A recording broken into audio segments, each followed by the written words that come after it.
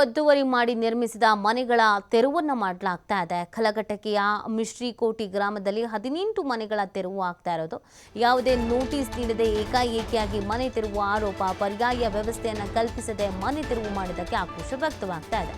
ತಾಲೂಕು ಪಂಚಾಯಿತಿ, ಗ್ರಾಮ ಪಂಚಾಯಿತಿ ಅಧಿಕಾರಿಗಳ ವಿರುದ್ಧ ನಿವಾಸಿಗಳು ಇದೀಗ ತೀವ್ರ ಆಕ್ರೋಶವನ್ನು ವ್ಯಕ್ತಪಡಿಸ್ತಾ ಇದ್ದಾರೆ. ಯಾವುದೇ ನೋಟಿಸು ಕೊಟ್ಟಿಲ್ಲ, ನಮಗೆ ನೋಟಿಸನ್ನು ಕೊಟ್ಟಿದ್ರೆ ಅಟ್ಲೀಸ್ಟ್ ನಾವು ಸ್ವಲ್ಪ ಎಚ್ಚರಿಕೆ ವಹಿಸ್ತಾ ಇದ್ವಿ ಅಥವಾ ಬದಲಿ ವ್ಯವಸ್ಥೆಯನ್ನಾದರೂ ಮಾಡ್ಕೊಳ್ತಾ ಇದ್ವಿ. ಏನು ಹೇಳ್ದೆ ಬಂದು ಈ ರೀತಿಯಾಗಿ ಮನೆ ತೆರವು ಮಾಡ್ತಾ ಇದ್ದಾರೆ. ಈಗ ನಾವು ಎಲ್ಲಿಗೆ ಹೋಗಬೇಕು ಅಂತ ಪ್ರಶ್ನಿಸ್ತಾ ಇದ್ದಾರೆ. ಪರ್ಯಾಯ ವ್ಯವಸ್ಥೆಯನ್ನು ಕಲ್ಪಿಸದೆ ಈ ರೀತಿಯಾಗಿ ದಿಢೀರಂತ ಬಂದು ಮನೆ ತೆರವು ಮಾಡ್ತಾ ಇರೋದಕ್ಕೆ ಇದೀಗ ಆಕ್ರೋಶ ವ್ಯಕ್ತವಾಗ್ತಾ ಇರೋದು.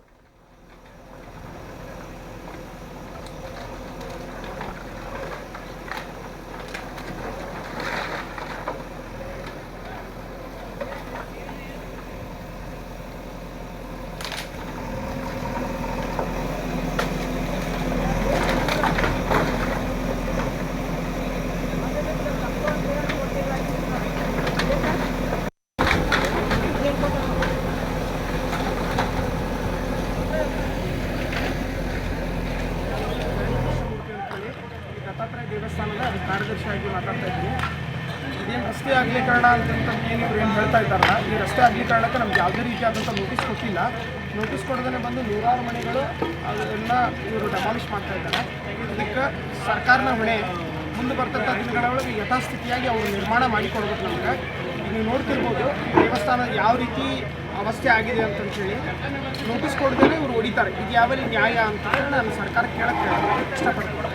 ನಮಸ್ಕಾರ, ನನ್ನ ಹೆಸರು ಜಯಂತ ಕೃಷ್ಣಮೂರ್ತಿ ಅಂತೇಳಿ ಈ ದತ್ತಾತ್ರೇಯ ದೇವಸ್ಥಾನದ ಕಾರ್ಯದರ್ಶಿಯಾಗಿ ಮಾತಾಡ್ತಾ ಇದ್ದೀನಿ. ಇದೇನು ರಸ್ತೆ ಅಗಲೀಕರಣ ಅಂತಂತ ಏನು ಹೇಳ್ತಾ ಇದ್ದಾರಲ್ಲ, ಈ ರಸ್ತೆ ಅಗಲೀಕರಣಕ್ಕೆ ನಮ್ಗೆ ಯಾವುದೇ ರೀತಿಯಾದಂಥ ನೋಟಿಸ್ ಕೊಟ್ಟಿಲ್ಲ. ನೋಟಿಸ್ ಕೊಡದೇ ಬಂದು ನೂರಾರು ಮನೆಗಳು ಅದೆಲ್ಲ ಇವರು ಡೆಮಾಲಿಷ್ ಮಾಡ್ತಾ ಇದ್ದಾರೆ. ಇದಕ್ಕೆ ಸರ್ಕಾರನ ಹೊಣೆ. ಮುಂದೆ ಬರ್ತಂಥ ದಿನಗಳ ಒಳಗೆ ಯಥಾಸ್ಥಿತಿಯಾಗಿ ಅವರು ನಿರ್ಮಾಣ ಮಾಡಿಕೊಡ್ಬೇಕು ನಮಗೆ. ನೀವು ನೋಡ್ತಿರ್ಬೋದು ದೇವಸ್ಥಾನ ಯಾವ ರೀತಿ ಅವಸ್ಥೆ ಆಗಿದೆ ಅಂತಂತೇಳಿ